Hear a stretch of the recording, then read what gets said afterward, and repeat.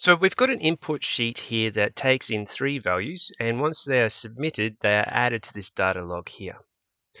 One of the problems with using an input sheet like this in Google Sheets is that an editor can not only change the values here, they can also use copy and paste to paste in formatting and data validation. So for example, I've got a drop-down list here that is drawn from this fleet list. Now, a user could simply copy and paste this example and Control V to paste all. Now, as you can see, my drop-down list is gone and my formatting, my background color is gone as well. So again, I've got this distance in kilometers and the range is between 1 and 950. So if we add in 1000, for example, we'll get an error. But if a user simply copy and paste over, Control V, then if we put in 1000 here, we can see that all the data validation is gone, the background is in green and in italics. Again, we've got charge used here. The range is between 1 and 0 for our percentage of charge used. If I put in 2, we're going to get an error, which is what we want to show the user. But if they do something silly like copy and just Control V paste, then all our data validation is gone and our formatting is gone again. Let's Control Z, Z, Z, and Z again to get back out. And we're all back to normal, thankfully. But how do we deal with this? In this tutorial, I'm going to show you how to use Google Apps Scripts to update the formatting and data validation in your Google Sheet once this input sheet information has been submitted. Now, if you're new to this series, jump down to the description below where you'll find a link to the current stage we are at.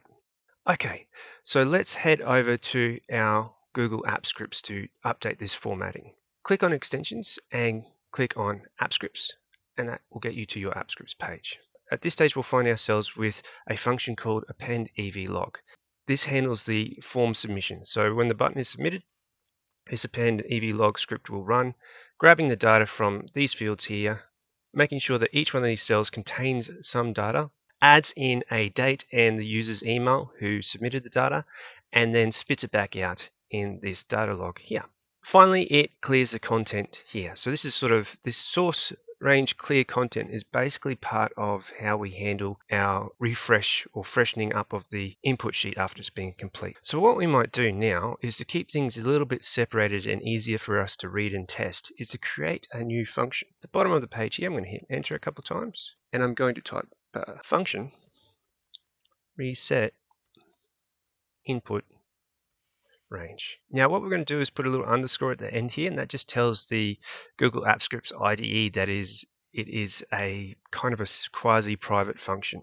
Now, because this is like a reset of all formatting, we may as well put in this clear content method in this section here. So I'm just going to select it and hit Control X and then a couple of spaces and put that down the bottom there. Oh, let's put it up the top like that. That might be our first task.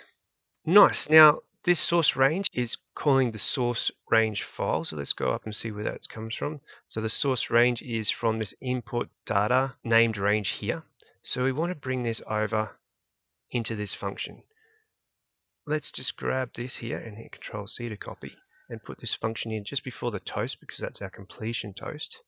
We're going to grab the source range now and add that in as a parameter or an argument. Next, we'll probably also want the spreadsheet as our argument as well. So that's this one up here. Okay, cool. So that's our function set up. Now we're probably going to do some fairly dramatic changes to this sheet. And if we make some mistakes, we don't want to completely wipe out all our data validation we've already built in here. So let's just create a temporary test sheet. So I'm going to add a sheet here and just rename it. Call it test. And hit enter. And let's go back to our sheet and let's also create a temporary test function. So call it function test.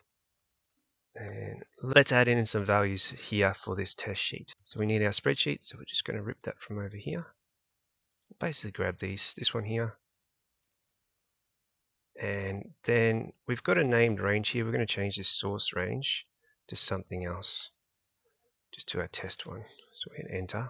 And we'll go source range equals spreadsheet, and we'll go get sheet by name, and we'll call that one, that was our test sheet. So test, that was the sheet tab down here, and we want to get a range, so get range method, And we'll use A1 notation for this, and we'll just we can see that in our input sheet it's 1, 2, 3, one under the other for 3. So we'll go A1 through to A3 here. So we want this range we'll be updating. So A1 to A3. Cool. Nice. All right, let's hit enter, and now let's call this res input range function. Before we do that, we need to add in the parameters, and they're going to be the same as what we have here. So let's just grab those, hit Control C to copy, Control V to paste.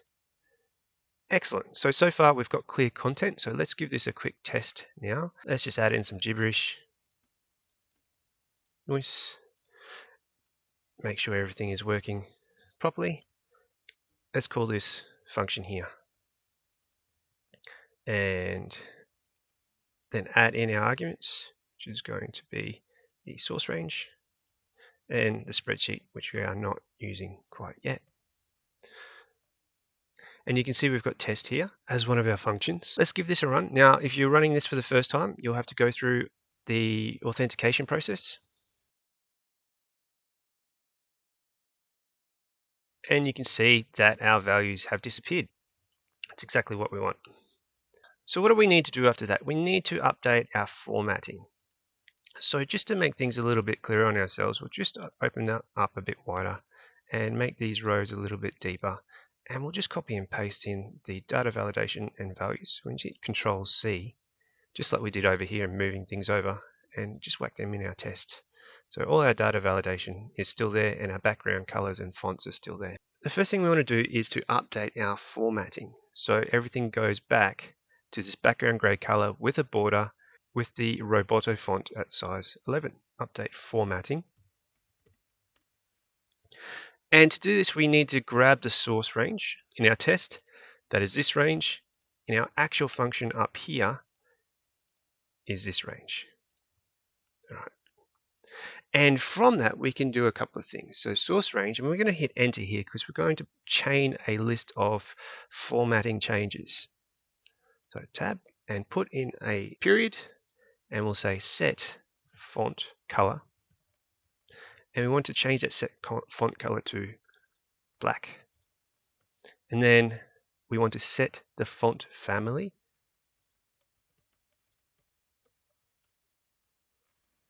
And that is going to be the Roboto here. Domo arigato. Cool. And then the next one is our font size. And we want a font size of 11. So font size method takes a number, as you can see in the example. And next is a set vertical alignment. So top, bottom, or middle.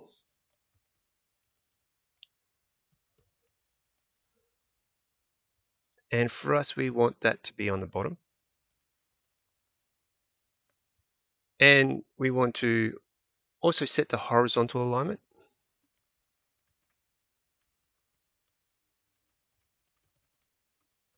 And we want that in the center.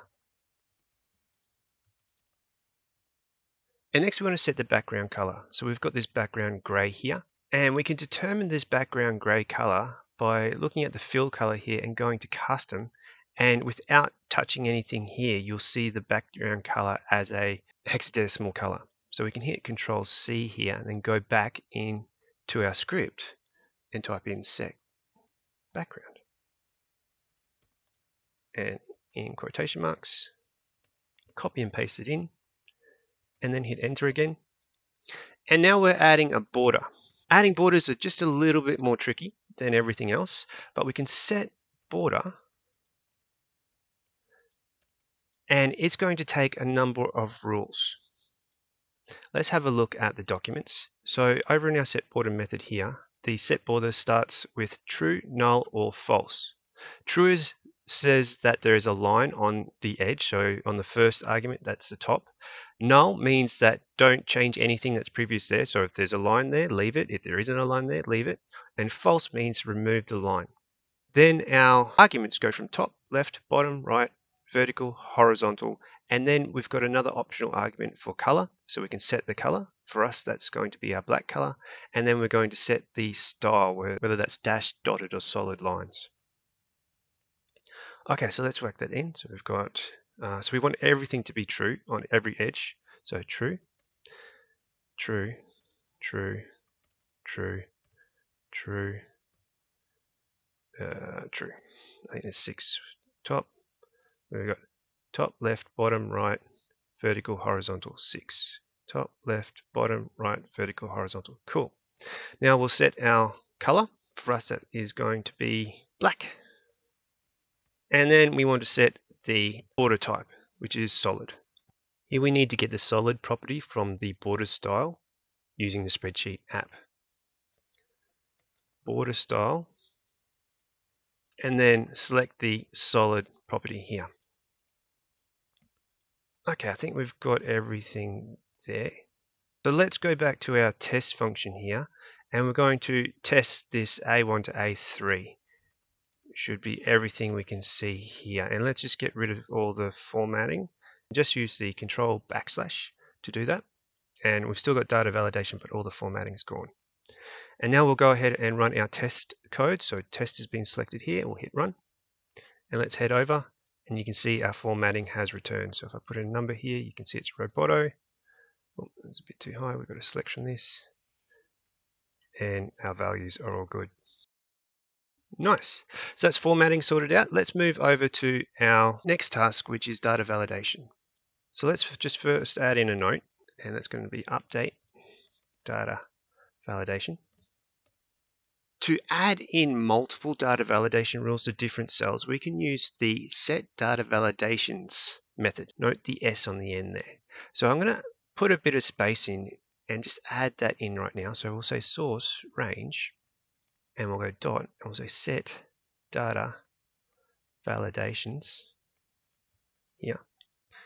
And this method is going to take a 2D array of data validation rules, one for each cell. Rule 1, rule 2, etc. So we're going to actually make that a variable, and we'll call this rules. Cool.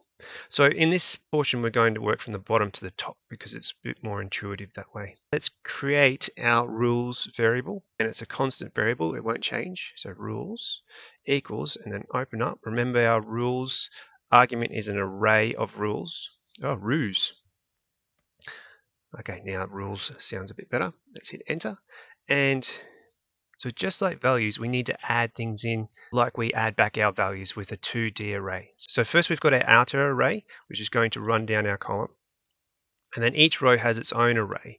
And that array is going to take a rule. So rule 1, rule 2, rule 3, and that's it. So we've only got 3 different rules here. Cool. Now we need to go ahead and build our rules. So let's head up to the top here.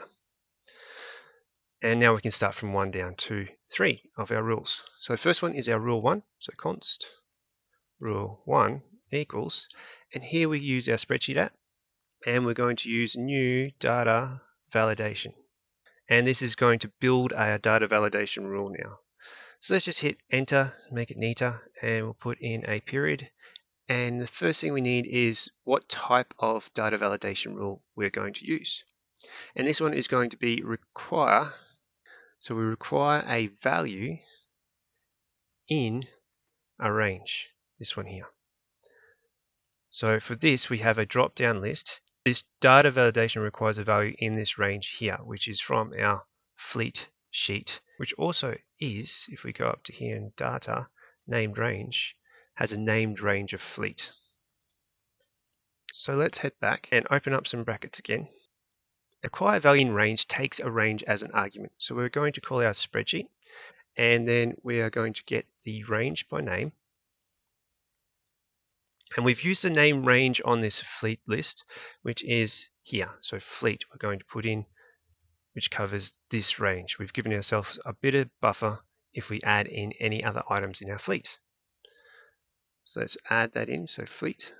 So what else can we add to this rule? We can allow it to be invalid. So if we say set allow invalid, and we make that false, it means it is a strict rule. So if the user adds in something other than the values in the drop-down list, they will get the warning and they won't be able to change it out. And that's all we really need for the first rule. So we can go build after that, and that will build our rule. And let's do the same for the next rule. Rule 2. Okay, so spreadsheet, app, new data validation. And what do we require this time? So let's go back over to our input sheet here. And in this rule, we require a number between two values. And this is our distance in kilometers. And we know our max range of our EV vehicles is 950 Ks. And we want a value between 0 and 950. So let's see if we can find a rule like that. So we'll go require number and between. Oh, this is looking good. So this one here, require number between. And we want a value for this second one in kilometers between 0 and 950 Ks. Okay, and again, we want to set allow invalid to false, so it's strict. And then we want to set some help text here. So set help text. And that's going to say enter a number between 0 and 950. So now when they make an error, it'll come up with this help text to let them know what they need to add in. And again, let's build. Cool. All right, next one, our last rule, rule 3. So spreadsheet app again, new data validation. Nice, and we'll hit tab to go in and require number between again. And this time it is between 0 and 1. Why is that? So let's head back over here. Our charge used is as a percentage, and we want the user to put in a number between 0 and 1 so we can calculate a percentage for them in the sheet. Okay, so again, set allow, valid to false, and then set help text. And this time our help text is going to be a little bit more explanatory because this could be a bit confusing. So we'll say enter a number between 0 and 1 where 1 is 100%. And hopefully that will explain things a bit better for them. And we'll hit type in build here and we'll hit save now. Okay, so that should be all our rules. If we haven't made a mistake, these rules should populate either our test sheet if we run the test function or the append EV log sheet if we run that function. Let's go back into our sheet and head over to our test. And what we will do now is let's just clear this out completely. Hit Control \, and then right click, go down to our data validation and just remove validation here and get rid of that too. We've got some values in there. Excellent. It's all a bit of a mess. Let's change the font size to something tiny and we've got a different text. We'll make it Merryweather. Awesome. So now our formatting and our data validation should change when we run the script. Let's select test and click run and see what happens. Nice. So our data's been cleared out. We've got all our formatting back here and we've got a drop-down list that selects our EVs from the fleet list here. Let's see if our distance is correct. So let's put in -1. Do we get an error? Yep. Enter a number between 0 and 950. Sure, we'll put in 4Ks. And this one should be between 0 and 1. Let's put in 2 as an example. Great. Let's put in 50%, 0.5, and that is accepted. Cool. Now that we've successfully tested everything in our test sheet, we can go ahead and remove it. So let's delete that now. I'm going to keep this test function, but you can remove it if you want. Great. Let's hit save. Cool, let's head back over to our Google Sheet and add in a submission like our horrible editor who has just copied and pasted in the examples to get rid of all the formatting and data validation. Hit Control V in there. Oh, that's disgusting. Okay, let's cross our fingers and hit submit. Cool, success, an item has been added to the log. Let's make sure that's been added. Yes, our log item has been added successfully. And look what we have here. All our formatting has been corrected back to our normal formatting. Notice the Roboto and size 11. Here we've got our drop-down list. we've got our other data validation here successfully added in. We made it.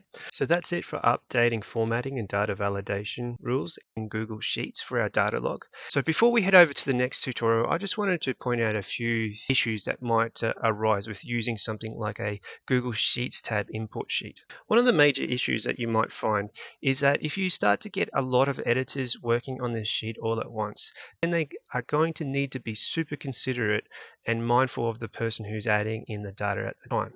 Now, you might experience that this isn't always the case and people start overwriting each other's data. At that stage, it might be a good idea to move to a more advanced version of this input sheet. Another issue, which we've kind of covered here already, is that formatting can still change in this sheet. So when a user initially comes in and copies this entire range and pastes it in here, it doesn't do anything to help with the data validation upon submission at this stage. Now, in our Google Sheets, we could run a couple of rules here to help with this data validation, but it's still a bit of an encumbrance. In the next tutorial, we're going to move this input sheet into a Google Sheets sidebar with Google Apps Scripts, where the user will open up the sidebar here and enter in their fields and hit submit, and that will add in the values to the data log. And if you enjoyed this tutorial, please click the like button. And if you want to find out when the next tutorial comes out in this series, please hit subscribe and click on that notification bell so you get a notification. Until next time.